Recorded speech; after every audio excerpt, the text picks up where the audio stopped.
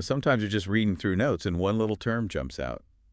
Happened to me with oligosaccharides Phi Hmm. in your book notes on, well, managing blood pressure, sugar, and lipids. Ah, yes. The phenotes, part 35. That mention of oligosaccharides is definitely worth digging into. Right. So our mission today, let's say, is to really get why these things matter for gut health, based on what your notes suggest. Absolutely. It's a fascinating area. Let's unpack it. Okay, so oligosaccharides. It sounds pretty technical. Can you break it down for us? What are we actually talking about here? Sure thing. Think of them as relatively short chains of simple sugars. We're talking maybe 3 to 10 units linked together, not super long like starches. 3 to 10 sugars, okay? And where do we find them? Are they common? Oh, definitely. They're naturally in lots of fruits and vegetables, things we eat all the time. And interestingly, also in breast milk. So not some weird artificial thing then. No, not inherently. They're quite natural. But here's the really key part, the core characteristic. Our own digestive enzymes. They mostly can't break these down. Wait, really? So they just pass through.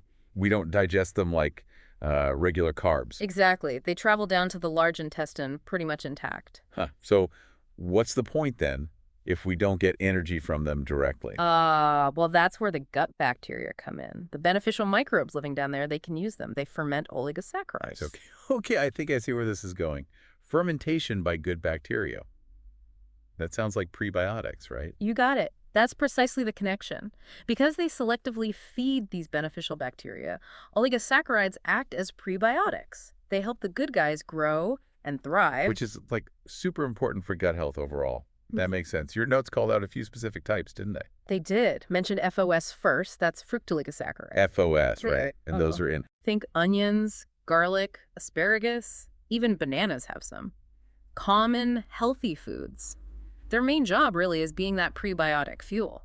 Got it. Onions and garlic. Good to know. What about the other one? GOS. Yep, GOS, galactooligosaccharides. You find these naturally in dairy, but they're also produced commercially, sometimes added to things like infant formula because of that prebiotic effect. Okay, so FOS and GOS are both mainly known for feeding the good gut bacteria. Exactly. Their primary role that we value is as prebiotics. But then there was maltodextrin. The notes mention that too, also as an oligosaccharide.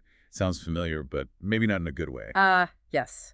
Structurally, maltodextrin fits the definition. It's a short chain of glucose units, but its story is a bit different. You find it everywhere as an additive in highly processed foods.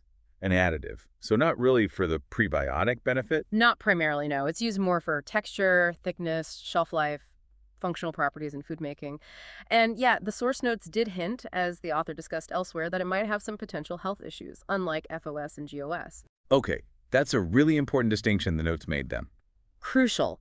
The comparison was clear. FOS and GOS are prized for helping the gut microbiome, maltodextrin. Used for different reasons, mainly in processing, and doesn't share those same targeted prebiotic benefits. Some might even argue it can be detrimental depending on the context. Right. So the big picture takeaway for me, for you listening, is that oligosaccharides, especially the FOS and GOS we get from whole foods like fruits and veggies, are genuinely beneficial. They act as prebiotics, supporting that healthy gut ecosystem. That's the core message. They're nurturing your internal garden, so to speak. So thinking about that distinction between the natural ones and the additive kind, like maltodextrin, it does make you wonder, doesn't it? It does. It leads to a practical thought, maybe something for you to consider. Knowing that oligosaccharides are in both whole foods and processed items, what are some ways you could consciously, maybe, prioritize getting more of the beneficial types, the FOS and GOS, in your diet day to day? That's a great question to chew on. Definitely food for thought. Thanks for clarifying all that. It's amazing how much is going on with these carbs. My pleasure. It's always fascinating to look closer at these components of our food. And thank you, as always, for joining us for this deep dive. We'll catch you on the next one.